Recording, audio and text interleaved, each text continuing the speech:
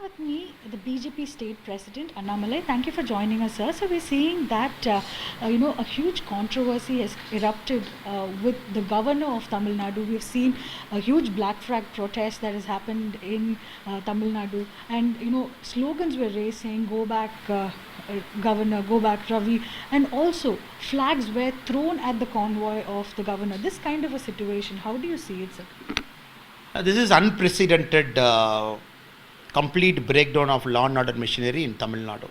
There were signs of that in the last 10 months with the highest instances of gang rape.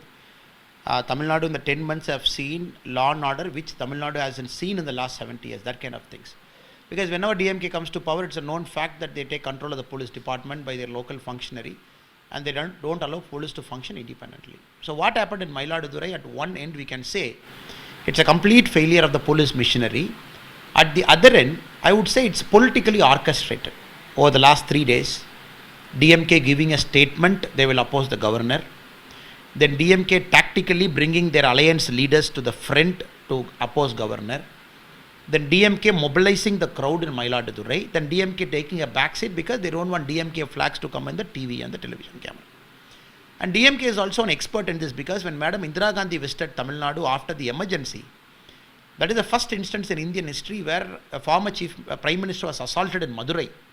Stones were thrown at the former Prime Minister's car, and there was an issue. There was a stone which hit her, and the blood was also oozing out. Then a black flag and all kinds of vulgar slogans were shouted at Madam Indira Gandhi. Though ideologically I oppose Madam Indira Gandhi per se, but even now it's very shameful. The Congress party, which traces its roots to Indira Gandhi, is keeping its mouth shut when the DMK itself attacked Indira Gandhi then. Now Tamil Nadu, we are seeing a second instant of a governor, a people-friendly governor, a governor who is doing everything right for our state. His convoy was attacked. Flagpoles were thrown at him.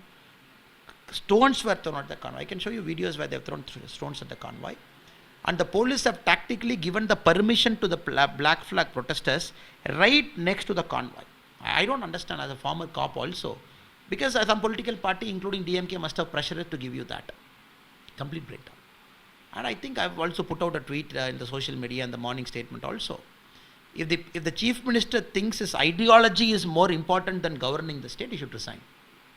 Or if the Chief Minister can tell himself ideology is separate, the Chief Minister post is separate, the Chief Minister post is for all the 8.5 crore population, let him apologize to the governor and keep doing his work.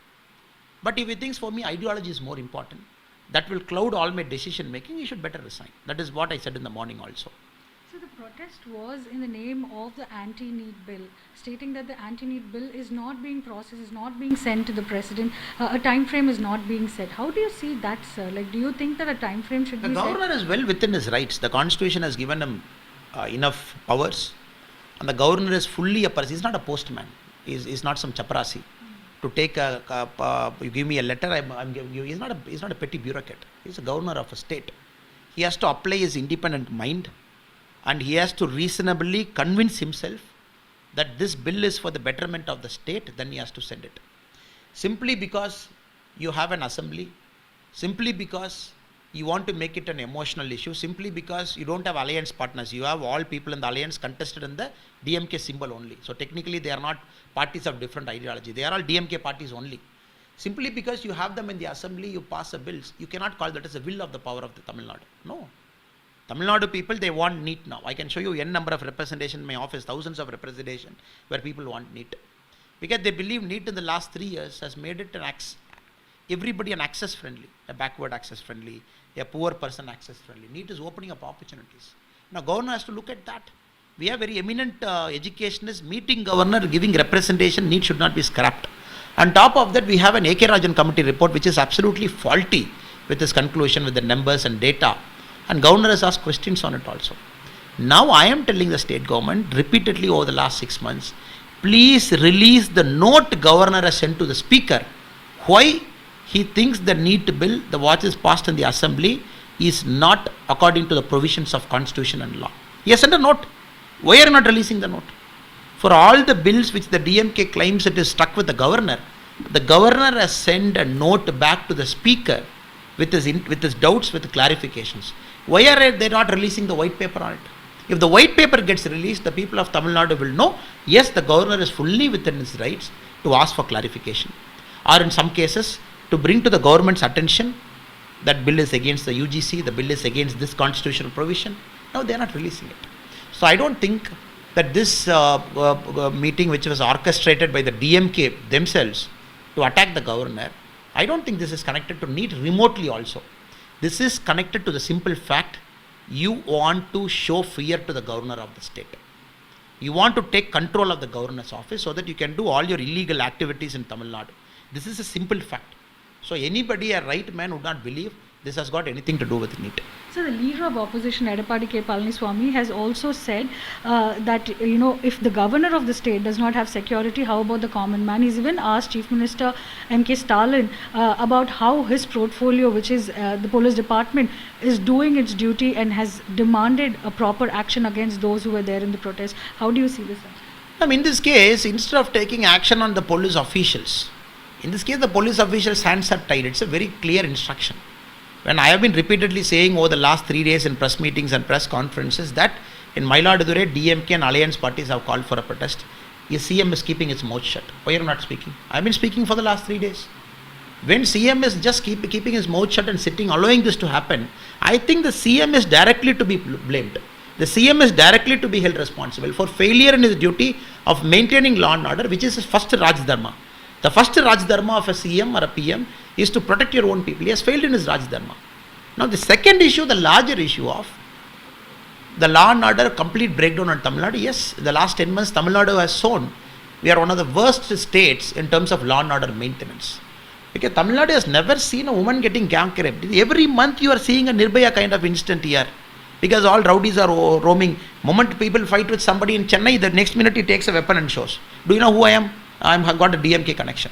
Now this is something which the leader of opposition, Edappadi Palaniswamy Avargal, has brought it, which I completely concur with his viewpoint. Because you are holding the home department with you, the intelligence department with you, but till you are not able to gain intelligence, do it. It's a complete failure. But in this case, I am going one level up and putting the blame squarely on the Chief Minister. And finally, sir, we saw that Ilayaraja, the maestro, has made a remark about Prime Minister Narendra Modi and comparing him to Ambedkar, and that has not really gone down with many people. And though the DMK has said that they are not going to react on it, and the Chief Minister has said that no remarks against the maestro should be taken, we're still seeing that social media is abuzz with a lot of criticism against the maestro. How do you see this, sir? Madam, I am doing politics in Tamil Nadu. I have spent enough time here to understand the DMK's modus operandi. DMK is a classic example of pinching the baby and rocking the cradle. It's a time-tested mechanism they follow. Outwardly, they put a show. Don't speak about Ilayaraja ji, don't speak about Maestro Ilayaraja ji. And inwardly, they do all kinds of things. That is manifested. All second-ring leaders are speaking. All your second-ring leaders directly affiliated to your IT wing are speaking. And you have trended some nonsensical hashtag against Ilayaraja ji 3 months back across India. Then what moral authority has got the Chief Minister and his son to talk about they know not to attack Ilayaraja? Now DMK, the problem is they want people to praise them from morning till night. They want them to compare them to the American president. They want them to be compared to the to person living in Mars. Because they live in an utopian world. Moment a person like Ilayaraja, who is a self-made man, because DMK doesn't understand, nobody in DMK is a self-made man. Nobody in DMK. A self-made man only can understand Modi ji and Ambedkar. Ilayaraja, from the community to which he belonged, the backwardness of the community, from there shaping up all along and making this number of songs. And he's like a samudra, he's like an ocean. His music has gone to across the world. Now, this only self-made people can understand what Ilayaraja ji is talking, comparing the great Ambedkar to the great Prime Minister of our country, Narendra Modi ji.